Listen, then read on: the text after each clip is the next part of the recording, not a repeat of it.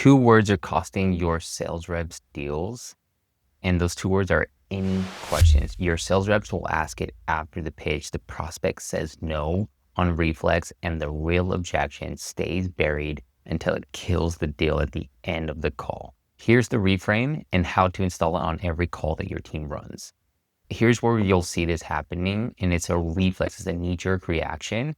Right after your reps finish pitching, they'll ask a binary yes or no question, which typically is along the lines of, do you have any questions on that?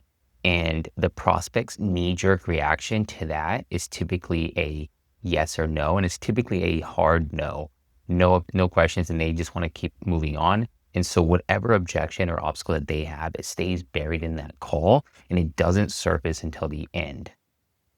Best case scenario is you want to be able to handle any concerns or any obstacles the moment they happen, so that the prospect isn't moving forward in the call with any sort of doubt or uncertainty. And absolutely, you don't want it to come out at the end when you're asking the prospect to buy.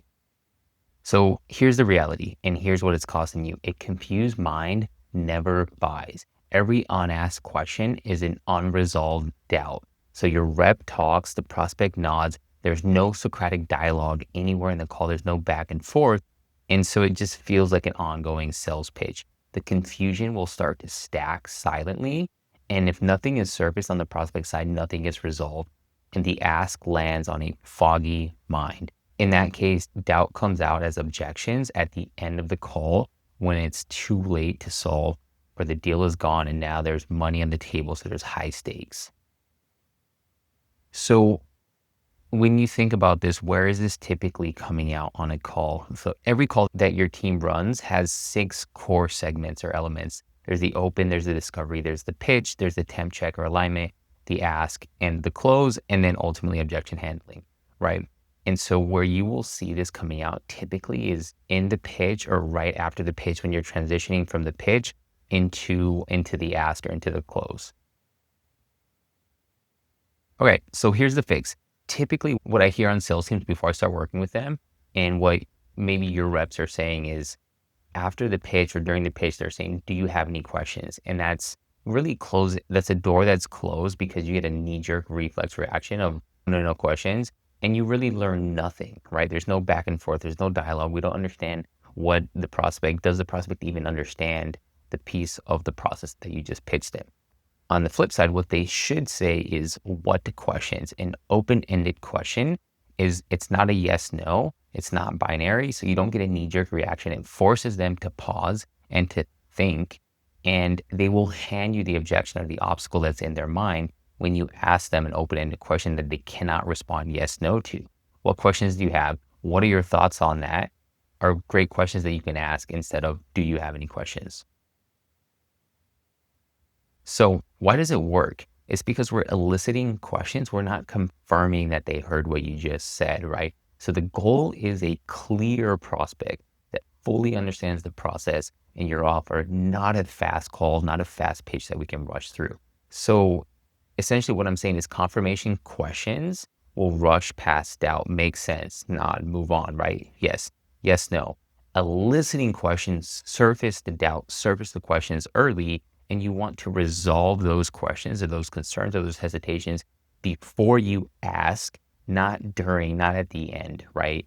And then you transition based off of data, based off of feedback, not your instinct, right? And the real questions that they're asking that they'll respond to will tell you whether or not they're ready and whether or not you feel like they're fully understanding the process and if they feel like they're going to be a fit for this. So here's a live coaching call with an 8-figure sales team that I correct this exact same scenario live. It's not theory, it's the actual coaching session. Do you notice that you say, any other questions? And then he said no. And then he asked the question. Mhm. Yeah. So one thing that you can do, Brian, is like, we want to elicit all these questions instead of saying like binary yes, no during the pillars. Use what? Try to use what? What other questions? And like because their knee-jerk reaction won't be like when you ask a what question, the knee-jerk reaction isn't yes, no. It kind of forces them to stop, take a second, and think.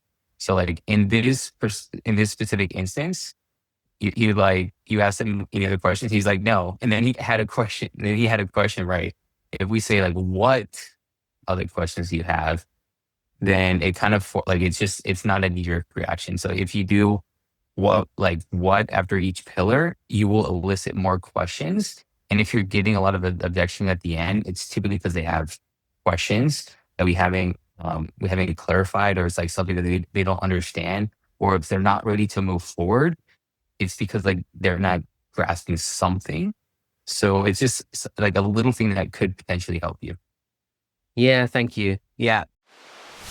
So here's the install for you and your sales teams. You have to make every single rep do it.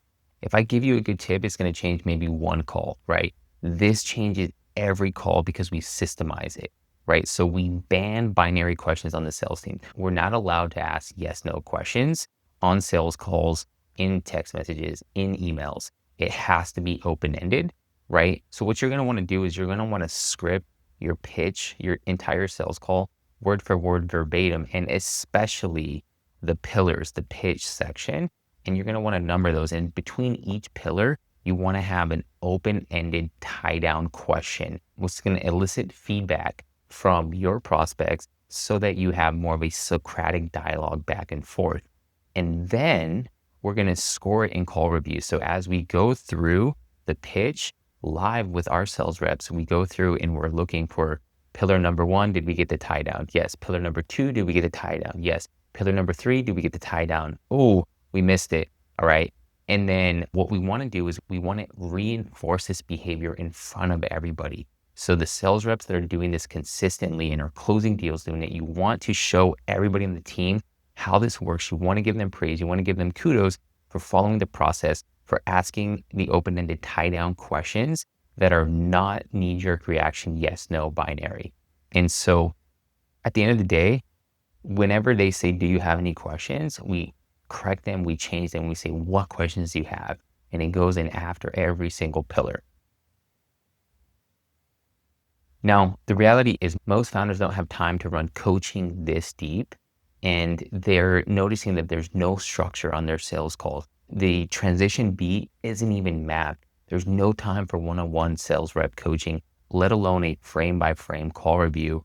And then the reality is you have to do this over a long period of time, and there's no system to do this that runs without you. The best thing that you can do in this case is share this with your sales manager, share this with your team lead.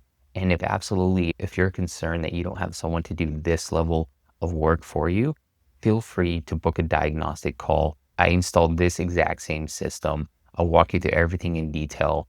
It's the same exact system that I've installed in teams that have generated over $54 million in revenue and where I've ramped countless sales reps. Hey, by the way, my name is Chris Sanchez and I build predictable, elite, and fully systemized sales teams. I've helped clients generate over $54 million in revenue and ramped countless sales reps using the approach that I call the sales team operating system. What you just watched was a real sales team OS session that I pulled from a live client. If you want to see exactly how I run, manage, and scale elite 8-figure sales teams, don't click away just yet. In this next video right here, there's another sales team OS breakdown where I go deeper into the building, coaching, managing elite reps. Go ahead and click it and enjoy. Cheers.